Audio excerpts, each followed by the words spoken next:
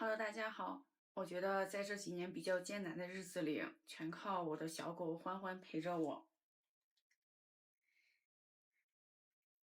它是我的精神良药。虽然它不会说话，但是它无声的爱给了我很多的勇气。所以我觉得它值得我为它拍一期视频来让大家认识它。它今年6岁，是我在2019年农历4月19带回家的。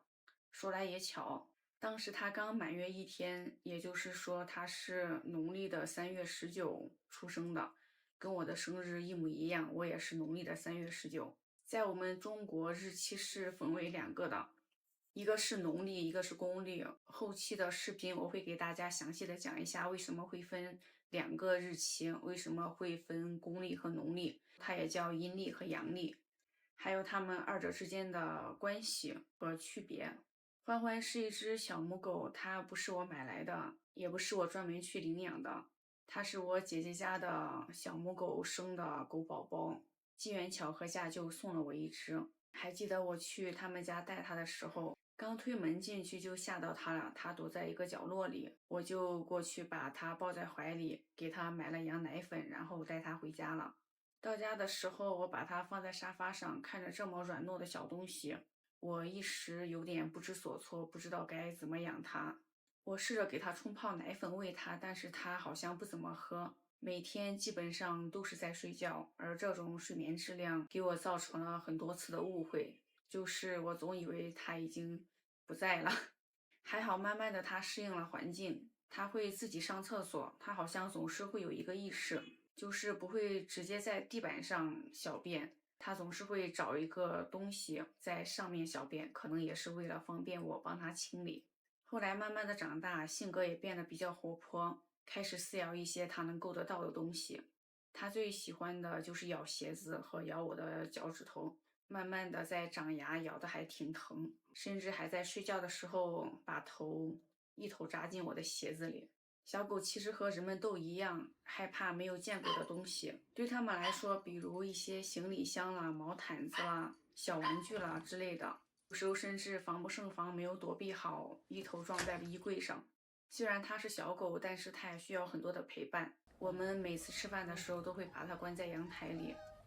但它每次都好像不太高兴似的，每次都会咬着它的小玩具或者毛巾，嘤的叫个不停，像是要反抗又反抗不了。有时候它也想和我们一起平起平坐，一起坐在沙发上，或者是在沙发上睡觉，但它可能有时候也比较懂礼貌，也不会太放肆。它想睡在沙发上的时候，就会这样半悬着挂在沙发上，看着是像在沙发上，却又不像在沙发上。第一次带它剃毛的时候，我就很纠结，因为我知道剃完毛发肯定会变得很丑，但我还是鼓起勇气带它去了宠物店。果然剃完之后出来，确实变得很丑。我就给它买了衣服穿上，但它好像并没有感觉到自己已经变丑了，并不妨碍它一些小小的放肆，甚至还把自己更丑的一面展现出来。但是私下可能也会对着窗户感慨自己居然也有这么丑的时候。我平时比较喜欢抱着它，因为我觉得不管是我的欢欢还是别的小狗，在它们满月后离开妈妈都不是它们的选择，是我们选择了它。既然我们选择了养它，就一定要尽职尽责，好好爱它们。它有时候也会找到自己的小玩伴，和沙发上的一些小布偶做朋友，也会和它们坐在一起。有时候如果看到沙发上没有位置的时候，它就会随机拽下来一个，然后它坐上去。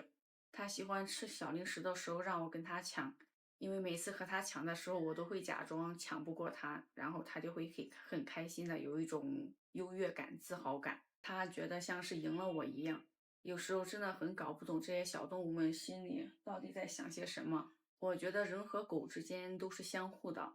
欢欢感受得到我对它的爱，因此也特别的黏我。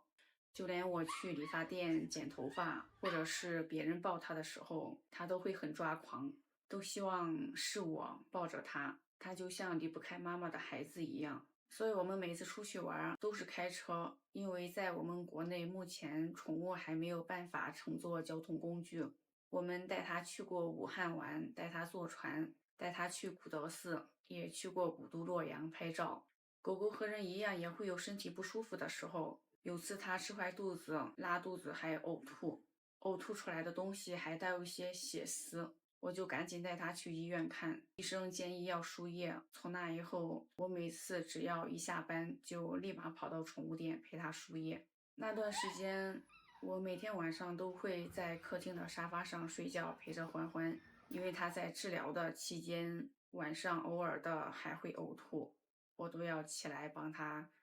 收拾一下，然后陪着它。我可能是功夫不负有心人，我的这些行为感动了他，他也懂得保护我。他不允许别人伤害我，别人只要做出打我的姿势，他就会去咬别人，甚至和他握手和解，他都不乐意。但是虽然是这样，但也隐藏不了他狗仗人势的行为，就像这样。来，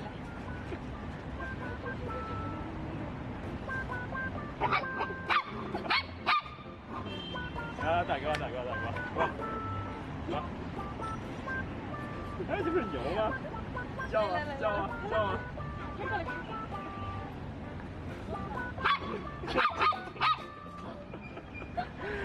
好吧。